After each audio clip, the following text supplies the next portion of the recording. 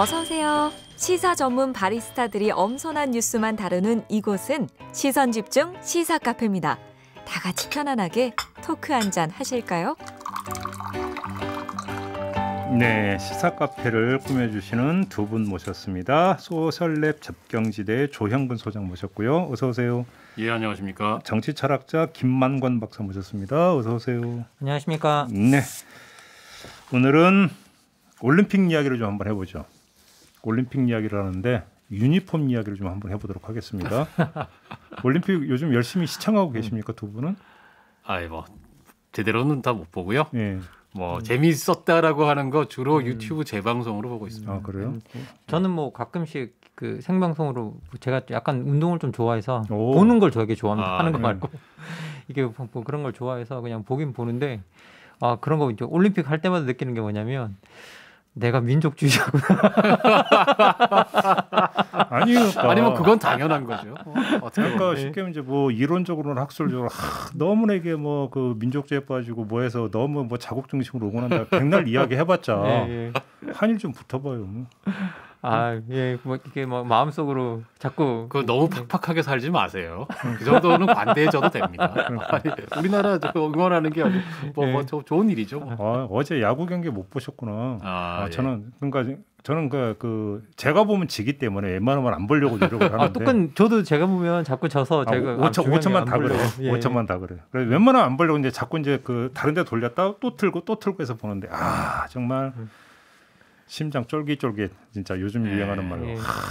그 제가 아마 스포츠 라이브 중계를 안 보게 된 중요한 계기 중에 하나가 그 저는 이제 더 이상 그런 쫄깃쫄깃함을 못 즐기겠어요. 마음이 너무 지면 너무 마음이 슬퍼져가지고 그래서 이제 이게 참된 국민이 못 되는 거예요. 그러니까 참된 국민은 그 어려움을 함께하면서 이렇게 응원을 해야 되는데 네. 도저히 못 보겠다. 그리고 내가 보면 지는 것 같더라. 그래서 저는 안 보기로 하고. 이긴 것만 재방송으로. 아니 저는 사실은 양궁 결승전 때 활 하나하나 날아갈 때 그게 사실 그게 뭐 몇 점을 앞서고 있다고 해서 활을 한 번 잘못 쏘면 큰일이 나잖아요. 거기는. 그렇죠. 네네. 이게 그걸 못 보겠는 거예요. 그래서 혼자 방 안에 들어갔다가 쏘았을 시간 지나간 것 같아요. 나와서 결과 보고. 아니 이 우리나라 민족이 활의 민족이라는 거 아닙니까? 예, 그렇죠. 예. 그잖아요. 정말 이번에 증명했죠. 아니, 그러니까 물론 이 표는 그러니까 되게 기분 나쁜 표현이지만 그 중국 사람들이 동이라고 부르잖아요. 이라고 하는 한자에 들어가는 게 활공자가 들어가 있는 거 아닙니까? 그게 맞죠. 그래서 예. 동의적으로 활을 잘 쏜다 이거 아닙니까? 그러니까 이거 이런 얘기 해야 되는지 모르겠는데 그것은 원래 오랫동안 그렇게 알려져 있긴 했는데. 학문적으로는 아닌 걸로. 그래요? 그냥 넘어가. 네네, 죄송합니다. 제가 이것도 못 참아서. 그런데 너무 재밌었던 거 뭐냐면 최종 병기 활 못 봤어요. 최종 병기 활. 어원적으로 따지고 가면은 그게 활 궁자가 아니고 사람 인자가 변형된 모습이라고 합니다. 그리고 진짜 올림픽에 보면 우리가 항상 선전하는 종목들이 이렇게 뭐 활을 쏘거나 칼로 찌르거나 아니면 육체적으로 격투기를 하거나 그런 것들이잖아요. 그래서 우리가 이거 전투 민족인가 생각까지 들더라고요. 평화를 사랑하는 백이민족 아닙니까? 그러니까 넘어가고 오늘 이야기하는 이제 그 경기 유니폼인데요. 일단 유니폼에서 지금 이제 계속 뉴스는 많이 탔기 때문에 제가 뭐 굳이 여기서 또 장황하게 또 그러니까 정리는 할 필요가 없을 것 같은데 어찌 본다면 당연시했던 유니폼이 지금 깨지고 있다. 예를 들어서 이제 이 체조 같은 경우는 독일 그 여자 체조 선수 같은 이제 그 바지라고 표현하는 게 맞을 것 같은데요, 그죠? 그렇죠. 발목까지 덮는. 그렇죠. 복숭아뼈 위까지 오는 이제 이걸 입고 이제 나와서 이제 화제가 됐었고 호주 여자 농구 대표팀 같은 이제 원피스 유니폼으로 돌아갔다 뭐 하고 그다음에 비치 발리볼 같은 경우에는 뭐라고 할까 이제 그 반바지라고 하는 게 제일 낫거든데 그러니까 그 이전에서 선수님이 그게 아니라 반바지 스타일에 입고 나왔다고 제재금을 뭐 물린다 마한다 뭐 이런 이야기가 나오고 있다고. 비치 핸드볼. 비치 핸드볼. 그렇죠. 비치 핸드볼. 그러니까 이러면서 지금 유니폼 이야기가 참 많이 화제가 되고 있는데 일단 우리 이 두 학자분은 이런 현상들을 좀 어떻게 읽고 계시는지가 이제 궁금한데 이 현상들이 지금 이번 그 도쿄올림픽에서 두드러지게 나타나고 있는 이걸 어떻게 읽어야 된다고 보십니까? 특히 뭐 저 같은 이거 사실 저는 좀 많이 의견을 좀 듣고 싶은데요. 저도 보면서 생각이 이러저러 많았는데 특히 유니폼의 경우에는 뭐 남성 유니폼에 대해서는 이야기는 나오고 있지 않은 거잖아요. 솔직히 말씀드리면 다 여성 유니폼과 관련된 일들이 이슈가 되고 있고 그리고 그 이슈의 중심에 보면 이제 많은 뭐 이게 사실 우리는 핵심은 자꾸 이게 노출이냐 아니냐라고 보는데 노출이냐 아니냐는 핵심이 아닌 것 같고요. 이번에는 어떤 유니폼 같은 경우에는 뭐라고 해야 될까? 육상 선수들 같은 경우에는 노출 유니폼 같은 것들이 기본적으로 기록에도 향상에도 도움이 되고 단거리 선수들 같은 경우에는 도움이 되고 있어 그런 것들을 입고 있는데 사실은 이게 여기 상황에서 지적을 당해서 어떤 육상 선수가 항의하는 글도 올리고 그랬었거든요. 이게 왜 너무 짧다라고 이야기한다. 이게 말이 되냐라고 하면서 그렇게 항의하는 글도 올린 걸 보면 실질적으로는 이게 노출이 문제가 아니라 얼마나 경기력 향상에 도움이 되고 자기 스스로 이제 어떤 복장을 선택할 수 있느냐 그런 것들이 핵심에 맞춰져 있는 것 같아요. 그래서 어떻게 보면 어떤 자율성의 문제, 선수들의 자율성의 문제, 특히 여성 선수들의 복장들 자체가 자꾸 이제 규율되어 왔기 때문에 그런 것들에 그 틀 밖으로 나가서 자신들이 경기력 향상에 도움이 되는 복장을 스스로 선택할 수 있는 권리에 관한 이야기가 핵심적인 게 아닌가라는 생각이 듭니다. 그러니까요. 그래도 저도 뭐 기본적으로는 그렇습니다. 이렇게 저희 아마 서울올림픽 기억하시는 분들은 이 선수 다 기억하실 텐데 그리피스 조이너라고 여자 단거리 육상 선수 그죠? 100m, 200m 아마 200m는 당시 세계 신기록 세웠던 것 같고. 여기서 이제 조영근 소장의 연식이 나오는 거죠. 예, 그렇죠. 솔직히 말하면 제가 아주 막 어렴풋한 기억에 생생하게 나고 있습니다. 저도 생생하게 나서. 당시 보면 이제 뭐 세계적인 육상 스타 선수였잖아요. 근데 이제 이 선수가 실력도 실력이었지만 딴 거보다 뭐 뛰어다니는 패션 모델. 그래서 그 전까지는 육상 선수들은 어떻게 하든지 빨리 달리기 위해서 최대한 뭐 머리도 짧고 뭐 다 이렇게 하는데 이 선수는 손톱도 기르고 머리 기르고 그다음에 막 귀걸이하고 무슨 이런 거 그죠? 그런 거 하고 화려하게 화장하고 그러면서 자신의 여성성을 뭐 숨기지 않겠다. 이랬단 말이죠. 그리고 그 나름대로 당시에는 오히려 그것이 어떤 면에서는 강요된 어떤 당신들은 운동선수지 여성이 아니야 라고 하는 것에 대한 저항의 의미가 오히려 있었다고 생각해요. 그렇기 때문에 조금 전에 김만건 박사께서 말씀하신 것처럼 핵심은 뭐 옷을 많이 벗기냐 아니냐 이 문제가 아니고 얼마만큼 자율성이 있느냐라고 하는 문제고 중요한 거는 또 한 면이 분명히 있는데 남성들에게는 이 문제가 적용이 거의 안 된다는 거예요. 그렇죠. 사실상 문제가 없고 더욱 중요한 건 한번 생각해 보면 남성들은 지금까지 대체로 유니폼 특히 하의가 길어져 왔어요. 이거 그랬나요? 이거 조금 조금만 떠올려 보십시오. 예를 들면 지금 예능에서 한참 뭐 잘 나가고 계시는 농구 선수 소장훈 선수 있잖아요. 처음 나왔던 거는 90년대 농구 대잔치 시절 아닙니까? 연세대학 다닐 때. 그때 뭐 농구 인기는 장난 아니었죠. 그때 필름 같은 것들은 아마 유튜브 같은 거 보면 곧잘 나올 거예요. 한번 찾아보세요. 지금보다 20cm 이상 바지가 짧습니다. 그 농구 선수 바지가 이렇게 훨씬 짧아요. 근데 지금은 우리 NBA 선수 하면 생각나는 트렁크 같이 막 길고 헐렁헐렁한 거 있잖아요. 그렇죠. 약간 힙합 영향 받아서. 그렇게 바뀌었어요. 근데 이거는 종목마다 조금씩의 그 길이의 차이는 있지만 다 마찬가지입니다. 예를 들면 축구도 이전 80년대, 90년대 우리 90년대 월드컵 나갔던 필름 보세요. 남자 선수 바지가 다들 반바지 이렇게 짧습니다. 지금은 다 길어요. 테니스도 그렇고 다 그렇습니다. 이게 결국은 선수들이 뛰어보면 경기력에 짧은 바지가 오히려 안 좋거든요. 이게 쉽게 말하면 신경도 많이 쓰이고 그 다음에 어디 부딪히거나 그러면은 상처도 잘 납니다. 여러 면에서 안 좋기 때문에 점점 더 남자 선수들은 이게 자연스럽게 경기력에 따라서 내려가는 거예요. 근데 이게 아까 이제 단지 그 노출이 많으냐 적으냐의 문제는 아니다라고 이야기를 했지만 근본적으로는 그 문제지만 사실은 소위 국제 스포츠계에 권력을 쥔 사람들은 가급적이면 여성 선수들에 대해서 노출을 많이 하는 쪽으로 요구하는 흐름이 있는 거죠. 그런 면이 있죠. 근데 이제 그 얘기 말고 우리 오늘 한번 초점을 자율성에만 맞춰서 얘기를 해봤으면 좋겠는데 유니폼이라고 하는 것이 이런 거가 있겠죠. 예를 들어서 이제 그 단체 경기를 하는데 양팀 선수들이 막 섞여서 뭐 축구를 하든 뭐를 하든지 하는데 그럼 당연히 유니폼이 구분이 돼야죠. 왜 그러면 뭐 관중이나 이런 생각과 구분이 안 될 테니까. 그다음에 또 한 가지는 유니폼의 어떤 그 규격이나 이런 것들을 규정할 수 있죠. 왜냐하면 유니폼이 어떤 거냐에 따라서 경기력이 달라진다면 그렇죠. 어떤 선수가 입은 A 스타일과 B 스타일이 있는데 이 그러니까 유니폼이 성적에 직결이 된다면 이거는 강제를 해야죠. 통일성이라고 하는 것들. 왜냐하면 그건 공평한 경쟁이라고 하는 점에서. 근데 대표적인 게 수영이었죠. 그렇죠. 예. 전신 수영복. 그렇죠. 근데 그 범위를 넘어선다면 그냥 선수 자유를 맡기면 되지 않을까라는 생각을 하는데 현실은 그렇지가 않다라는 거잖아요. 그잖아요. 아니 뭐 이게 그 삼각을 입냐 그 반바지 스타일이 있느냐가 왜 중요하냐라는 거죠, 그죠? 그렇지 않습니까?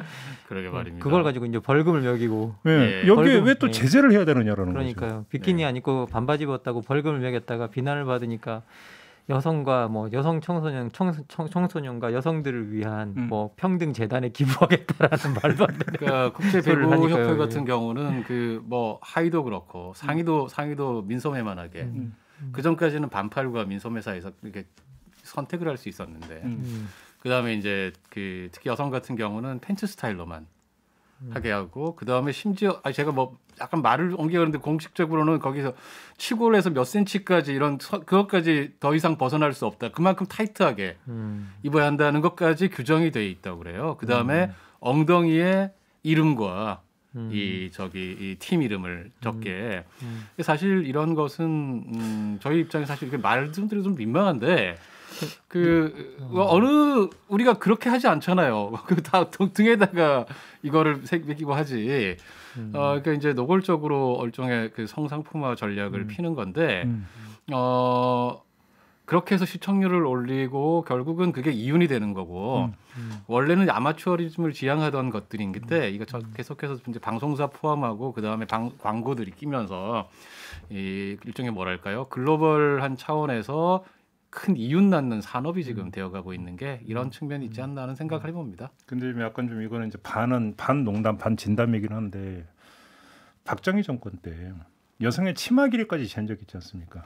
경찰들이 잡아갖고 다니면서. 그렇죠. 그다음에 무릎이 몇 센치? 15cm. 네. 15cm였나요? 네네. 무릎이 15 몇 센치 이상 가면 안 된다. 예. 그 길거리에 지나가는 여성 잡고 그 자로 대고 막 이러면서. 네네. 그거고 지금 이게 뭐가 달라요? 그러게 말입니다.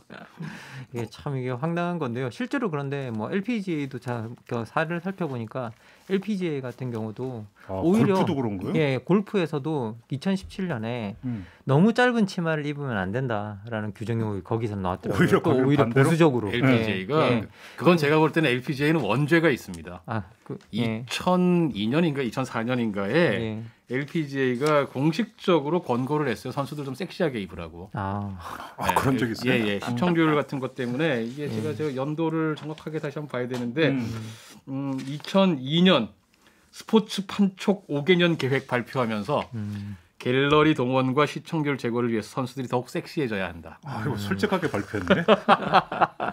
그 FIFA 같은 경우는 그 예전에 지금은 아니죠. 블래터 회장 있잖아요.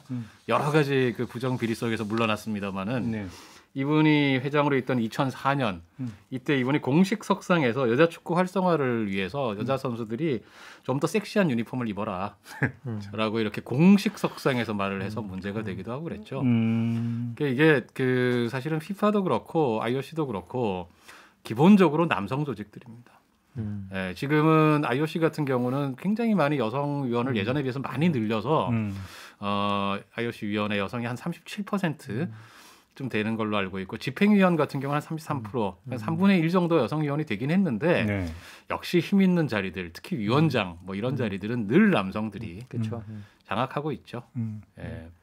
결국 이제 소장님이 보시기에는 이게 뭐 우리가 결국 유니폼의 길이가 짧아지든 뭐 이렇게 길어지든 그것들의 영향력, 그것들을 결정하는 사람들이 이제 근본적으로 그게 남성이다, 여성의 어떤 그런 뭐 것들을 결정하는 것들이 뭐 모든 남성들이 다 그런 것은 아니지만 특히 국제 스포츠계에 흔히 말하는 말로 뭐 이제 뭐 마피아라는 표현까지 쓰는 일종의 권력자들이 있죠. 이분들이 뭐 IOC 위원들, FIFA의 중요한 인물들 이런 사람들은 사실은 어느 나라에 가든 흔히 하는 말로 국가 원수에 준하는 대우를 받으며 엄청난 특권을 누리다가 이번에 바우 위원장 도쿄에 머무는 거 보니까 야 선수들은 선수촌에 그렇게 처박아놓고 아까 비콘 뉴스에서 2,600만 원 숙박료가 하룻밤 숙박료가. 네. 근데 이제 그 실제로 사건도 터졌잖아요. 저기 FIFA도 터졌었고 올림픽 IOC 같은 경우는 2002년 솔트레이크 올림픽 이 동계 올림픽 유치할 때 그게 나중에 터졌죠. 미국이 뇌물을 줬고 당시 사실은 우리나라도 김은용 당시 IOC 위원이 연루가 돼서 사퇴하고 이게 불미스러운 일이 있었는데 사실은 그게 밝혀진 게 그런 거니까 사실은 많은 사람들이 볼 때는 밝혀지지 않은 것들 또 그러니까 꼭 부패가 아니어도 어떤 특권들 이런 것들이 국제 스포츠계에 정말 우리 정말 스포츠 사랑하고 운동을 좋아하는 사람들이 볼 때는 용납하기 어려운 일들이 많지 않나 이런 생각을 합니다. 네. 올림픽은 진짜 부패한 큰 산업이 된 건 사실인 것 같아요. 지난 두 번의 올림픽에서 IOC가 남긴 이익이 57조더라고요. 이번에는 남길까? 이번에는? 그거 잘 모르겠습니다. 이번에는 어쨌든 모든 부담과 손해는 다 이제 개최 도시로 넘어가고 IOC는 하나도 손해가 안 보는 그런 방향으로 지금 진행되고 있는 것 같아요. 그러니까요. 아무튼 스포츠의 상업화라고 하는 이야기가 뭐 지적이 나온 것은 뭐 한두 해 된 이야기가 아니고 그렇죠. 어찌 본다면 지금은 어떤 그 여성 선수들의 성상품화라고 하는 것들도 이제 그 하위 범주 속에서 이제 거기서 이제 뭔가 불거지고 있는 현상 가운데 하나가 결국 이제 유니폼 뭐 이제 이렇게 이제 정리를 하면 될 것 같은데요. 여기서 약간 좀 철학적이고 좀 일반화해서 한번 좀 두 분께 드리고 싶은 질문이 아무튼 옳던 그르던 경기 규칙으로 강제를 했던 이러면 게임의 룰이잖아요. 그죠? 근데 게임의 룰인데 이건 부당하지 않느냐라고 어겼어. 어겼다라기보다는 저항을 했다고 표현하는 게 더 맞을 것 같은데. 그죠? 온몸으로 저항을 했어. 그랬더니 벌금을 매겼어. 자, 사실은 근데 이거는 꼭 스포츠의 영역이 아니라 어찌 보면 사회의 영역, 정치 영역으로 넘어간다면 우리가 다반사로 어찌 보면 겪고 있는 현상 아니겠습니까? 자, 이 관계를 어떻게 정립을 해야 되는 게 맞다고 생각하십니까? 지금 뭐 이렇게 유니폼 규정 같은 경우에는 저 같은 경우에는 누가 봐도 부당한 규정들이 많고 이제 그런 거에 항의하는 표시로 그거 나왔을 때 실제로 거기서 우리 그 비치 핸드볼 같은 경우에는 제재를 했다가 여론과 주변의 그 관련자들 그리고 뭐 보통 사람들이 비판이 너무 심해지니까 우리가 이거 거둔 거 우리가 먹는 게 아니라 우리가 딴 데 기부하겠다라는 이제 그런 말로 하는 걸 보면 실제로는 이제 이런 것들이 우리가 뭐 어떤 하나의 그 스포츠계에서 정해져 있는 룰들이 하나의 법이나 이런 것처럼 돼 있어 가지고 뭐 이렇게 사람들을 정말 심대한 위반이 아니면 강제적으로 처벌을 할 수가 없잖아요.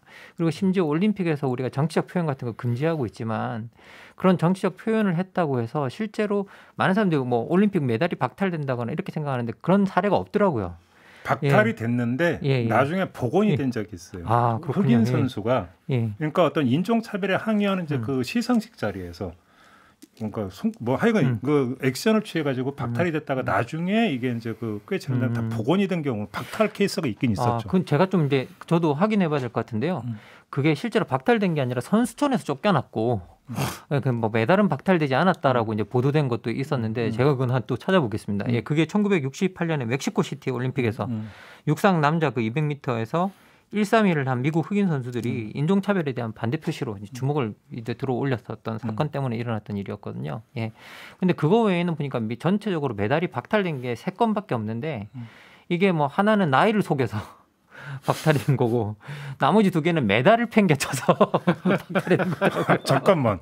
아니 메달을 왜 팽개쳤대? 거기 뭐 어렵겠다. 기분이 나빴던 심판 판정에 대한 항의 표시 뭐 이런 거로. 이거 내가 금메달인데 동메달 줬다고. 색깔이 마음에 안 들어. 색깔이 마음에 안 들어서. 뭐 그거는 그럴 수 있어. 아니 근데 제가 조금 전에도 했던 발제는 어려운 그러니까 뭐 간단히 얘기하면 우리가 흔히 얘기하는 악법도 법이니까 지켜야 되느냐. 근데 악법은 그러니까 지키면 안 되는 거냐. 결국 이 문제잖아요. 따지고 보면.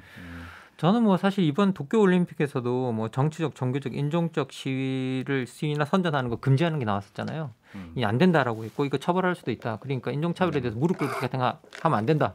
이거 하면 처벌받을 수 있다. 이런 말까지 나왔었는데 저는 잘 모르겠어요. 그냥 저는 이런 거에 대해 뭐 인류 보편적 그런 것에서 실제로 올림픽 인종차별이나 성차별을 반대하고 있고 그러면 그런 것에서 그 올림픽 정신과 상응하는 인종차별, 성차별을 반대한다고 한다면 거기에 상응하는 그런 행위를 했을 때 그런 걸 처벌하는 게 진짜 맞는지는 모르겠어요. 저는 표현할 수 있다고 생각합니다. 그 언론 쪽에서는 그런 말 쓰는 것 같은데 저 들은 말이 있는데 뭐 모든 최초의 특종은 오보다 비슷하게 모든 최초의 개혁은 사실은 위법이죠. 그렇죠. 예, 당대의 질서 속에서 개혁을 해나가는데 당대의 질서를 어기지 않을 수 없습니다. 그래서 우리가 이걸 늘 뭐 어겨도 좋다. 그래서 룰을 존중하지 않아도 좋다라고 말할 수는 없지만 명백하게 불합리하고 평등하지 않고 이런 기성 질서에 대해서 위법하지 않으면 세상을 바꿀 수가 없어요. 저는 그렇게 생각합니다. 온몸으로 거부해야 된다. 아 그럼요. 그러지 않으면 이 세상은 나아지지 않습니다. 실질적으로 이제 뭐 법학에서는 이제 그 정말 부당한 것에 대한 항의 이런 것들을 갖다가 이제 뭐라고 이야기하고 있냐면 우리가 합법과 불법으로만 나누지 말자. 이게 엑스트라 리갈이라는 행위가 있다. 그러니까 소위 말해 그러면 이 모든 변화는 합법과 불법은 현상 유지를 하는 데 필요하지 변화를 만들지 못한다. 이것도 병원이네. 합법과 불법은 현상 유지를 하지 변화를 만들지 못한다. 그 변화를 만드는 행위를 엑스트라 리갈하는 행위라고 보자. 엑스트라 리갈 이거를 우리말로 옮기지 못하겠어요. 제가 지금 그 우리 한글 사랑 관련된 글을 지금 쓰고 있는 중인데 이거 뭐라고 옮겨야 돼요? 이런 걸 쓰지 말자. 한국을 말하자. 아니 근데 한국어 하자는데 어렵네요. 번역 좀 해줘. 번역. 그러니까 이게 너무 어려워요. 왜냐하면 그러네요. 제가 이걸 옛날에 제 책에다가 초법이라고 옮겼는데 사실 초법도 아니거든요. 그렇죠. 초급이라는 표현은 초급은 아니고. 초법도 아니고. 그럼 이걸 아니고. 합법과 불법이 적용되지 않는 월법이라고. 이게 그러니까 정말 뭐. 옮길 말을 찾을 수가 그러네요. 없어서 그렇게 표현하고 우리말이 참 있거든요. 이럴 때 우리말로 참 옮기기가 어려운 것 같아요. 그렇습니다. 두 분의 그러니까 견해가 일치가 되는 거네요. 그런 셈인데. 저는 그렇게 생각합니다. 실질적으로 그렇게 표시를 하지 않으면 바뀌지 않고요. 계속 뭐 어떻게 보면 아니 인종차별을 반대하는 행위가 왜 처벌받을 행위가 되는지 성차별을 반대하는 그런 정치 표현이 왜 처벌받을 행위가 되는지 모르겠어요. 그렇죠. 지금 IOC가 공식적으로는 인종차별, 정치적인 차별, 뭐 성차별, 종교적 차별 다 이런 거 반대하잖아요. 그렇죠. 공식적으로 다 반대하잖아요. IOC의 어떤 면에서는 공식적인 존재 이유입니다. 스포츠를 통해서 세계의 평화를 가져오고 차별을 철폐해 나가자 이렇게 얘기를 하면서 그 안에 곳곳에는 그런 차별을 오히려 재생산하고 강화하는 장치들을 본인들이 만들어 나가기도 하죠. 그렇길 때 우리가 사실은 그 모순을 비판하고 IOC 뭐 사라져라 이런 거라기보다는 그런 걸 드러내면서 좀 더 많은 사람들이 스포츠를 평등하게 즐기고 누릴 수 있어야 되지 않겠냐 이런 거죠. 뭐. 아니 사실 생각해 보면 이게 만약에 우리가 이런 거 IOC가 이런 걸 진짜 금지한다고 생각한다면 IOC는 종교적 차별을 묵인하고 인종적 차별을 묵인하고 성차별을 묵인하면서 평화를 달성하겠다는 거거든요. 이게 얼마나 모순적이에요. 이 사람들이 조용히 있는 평화인 거죠. 그거는. 그건 평화는 아니죠. 사실. 그렇죠, 평화 아니죠. 그죠? 그러니까 엄청난 모순 거죠. 그러니까 이게 근본적으로는 우리가 그런 성차별, 인종차별, 종교적 차별을 허용하지 않는 평화를 우리가 원하는 거잖아요. 지금 현재. 근데 사실 선수 입장에서는 참 여기서 고민 지점이 생기는 거잖아요. 왜 그러냐면 이제 벌금 매기는 정도라면 어떻게 좀 해보겠는데 출전 자격을 박탈한다든지 예를 들어서 이제 강력한 제재로 뭐 자격 정지를 한다든지 이렇게 되어버리면 결국은 선수 생명이 끝나거나 지난 4년의 어떤 노력이 물거품이 되어버리는 것이기 때문에 여기서 그냥 타협. 어찌 본다면 그것이 우리 일상생활에서도 똑같이 나타나는 현상 아닙니까? 갑자기 지금 떠오른 남현희 선수 사례가 당시에도 참 그랬지만 보니까 얼마 전에 예능 나와서 또 그 이야기를 했나 보던데 2005년인가 우리 펜싱 선수 남현희 선수가 쌍꺼풀이 눈꺼풀이 이거 찔러가지고 그래서 쌍꺼풀 수술하는 사람들 제 주변에도 제법 있거든요. 그거 수술했다가 당시에 선수 자격정지 2년. 결국은 나중에 이제 사전에 보고했다, 허락받았다라는 사실이 드러나고 여론이 이거 미친 거 아니야 해가지고는 6개월로 징계가 줄었다. 아니 근데 쌍꺼풀한 거라 선수의 경기력이라 무슨 상관이 있는 거지. 그걸 최전성기에 있는 선수를 2년 자격 박탈한 거 선수 하지 말라는 거잖아요. 하지 말라는 거죠, 그거야. 그러니까 이 스포츠가 인생사나 사회상의 거의 축소판. 네네. 그리고 이렇게 봐도 되는 거 아니겠습니까? 그러게 말입니다. 유니폼이라고 하는 그 자체를 그러니까 유니폼 어떻게 입을 것이냐라고 하는 것은 현상적으로 이제 불거진 하나의 문제고 이제 가지로서의 문제고. 근데 이것을 그러니까 이 사회의 어떤 정형에 보면 사실은 우리가 일상적으로 접하는 여러 가지 어떤 부조리나 불합리 그 범주에 들어갈 수 있는 거 아니냐는 얘기죠 결국은. 그잖아요. 근데 문제는 개별적으로 대응하면 참 쉽지가 않다는 데 이제 문제가 있는 거고. 제가 지금 갑자기 문득 또 좀 이제 약간 있어 보이는 얘기가 떠올랐는데 원래 고대 그리스가 이제 올림픽 발상지잖아요. 네. 그 당시에는 그 오직 남자 선수들만 출전할 수 있었고, 그렇죠. 그 다음에 다들 벗고 했거든요. 네, 그렇죠. 예, 전혀 입지 않고. 그래서 경기장에 여성 관객은 들어갈 수도 없었어요. 오로지 그랬나? 오로지 소수의 미혼 여성만 들어갈 수 있었습니다. 그렇습니까? 예, 미혼 미혼 여성만. 소수의 미혼 여성. 그러면 그랬구나. 신분이 높은. 모든 미혼 여성도 아니고 신분이 높은. 신분이 높은. 근데 이제 이게 그 생각을 해보면 왜 그랬나? 그게 이제 그 사람들이 뭐 이상의 취향이 특이했으라기보다 그 사회의 맥락 안에서 보면 사실은 그거는 고대 그리스에서 신에게 지내는 제사의 일종이란 말이죠. 그 제전 그렇죠. 자체가 다신교 사회인 이 그리스 사회에서 다양한 도시국가들이 함께 모여서 신에게 제사를 모시고 함께 우리가 그리스 이 신의 일종의 백성으로서 함께 사는 일종 그걸 기쁘고 축하하는 일종의 제사인데 그런 의미에서 보면 쉽게 말하면은 일종의 성스러운 질서에 속하는 행위죠. 그 반면에 이제 그게 근대 올림픽을 막 부활시켰을 때 아직도 그 흔적을 완전히 버리지 못했던 게 제1회 올림픽 때는 여성 선수 참가를 금지했잖아요. 그렇죠. 코베르탱이 이렇게 말했답니다. 여성의 올림픽 참여는 비현실적이고 흥미롭지 않으며 미학적이지 않고 올바르지도 않다. 잠깐만. 미학적이지 않다는 건 뭔 말이에요? 아니 이해할 수는 없지만 그래서 이제 이게 보면은 갑자기 미학적이라는 표현이 나와서 떠오르는 게 그 최초의 올림픽 공식 기록 영화가 1936년 베를린 올림픽 때 처음 만들어집니다. 그게 이제 영화 만든 감독이 전설적인 명감독이죠. 레니 리펜슈탈이라고 하는 여성 감독인데 여성 감독이었어요? 예, 여성입니다. 그리고 원래는 무용수였다가 그 다음에 다리를 다쳐서 배우가 되어서 최고 배우까지 올라갔다가 감독이 된 이런 여성 감독인데 무엇보다도 이제 그 히틀러와 독대할 수 있는 몇 명 안 되는 사람이었고 히틀러가 모든 자원을 다 동원해서 그녀의 영화를 지원했던 나치 협력자의 핵심 인물인데 그럼에도 불구하고 영화를 너무 잘 만들어서 20세기 영화사 자체에 남아있는 문제적 인물인데 우리가 다 왜 자주 보게 되는 기록 필름 있지 않습니까? 손기정 남순경 선수가 뛰는 모습 나중에 그다음에 맨 앞에서 이제 스타디움 안으로 그죠, 네네 자발라 선수하고 계속해서 막 이거 그 경쟁하고 나중에 스타디움 들어와서 이 금메달 받고 월계관 쓰고 이렇게 슬프게 고개 숙이고 일장기 올라고 하는 게 이게 다 이 영화에 나오는 겁니다. 올림피아 민족의 제전이라고 하는 이 기록 영화에 나오는데 이 기록 영화 첫 시작 부분이 딱 시작을 하면 이 그리스의 신전이 폐허가 돼서 돌만 무너진 폐허 신전이 쫙 나오다 그 다음에 신전이 쫙 나오고 그 다음에 신상들이 좀 나오다가 그 다음에 벌거벗은 남자들이 나와요. 예, 그 남자들이 원반 던지기, 창 던지기, 뭐 포환 던지기 이런 거를 하는 그 벌거벗은 육체를 아주 아름답게 묘사를 합니다. 심의는 통과했네요. 네, 그러니까 이제 뭐 보면 이분이 뭐 평생 동안 100살 넘게까지 활동하시다가 돌아가셨는데 마지막까지 그 인간의 육체의 아름다움이라는 걸 표현하는데 주력하셨다는 분이라고 하는데 그러니까 이제 거기도 보면은 느껴지는 게 뭐냐면 이 스포츠라고 하는 것을 어떤 신의 질서, 성스러운 질서 속에서 표현하려고 하는 이런 게 있었다는 거죠.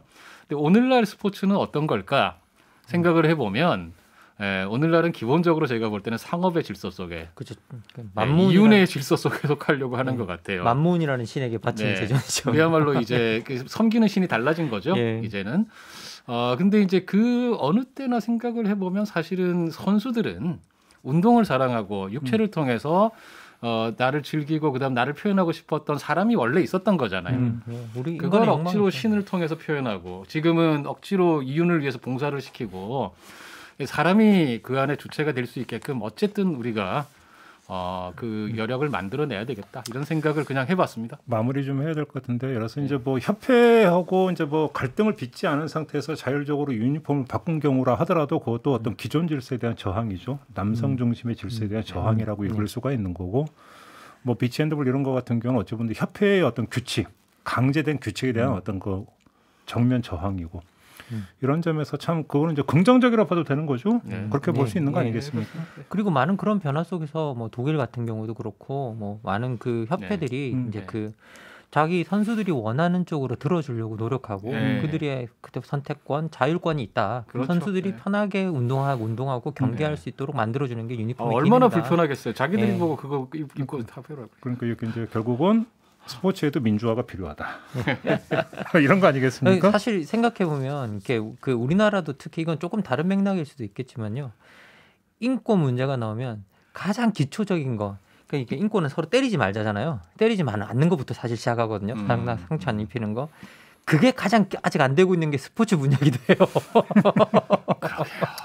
예, 거기부터 시작해야 될 것 같습니다. 알겠습니다. 네. 자, 오늘은 이렇게 마무리하겠습니다. 조형근 소장, 김만권 박사와 함께했습니다. 두 분 수고하셨고요. 저도 함께 물러가고 다음 주 월요일에 인사드리겠습니다. 고맙습니다. 네, 고맙습니다. 감사합니다.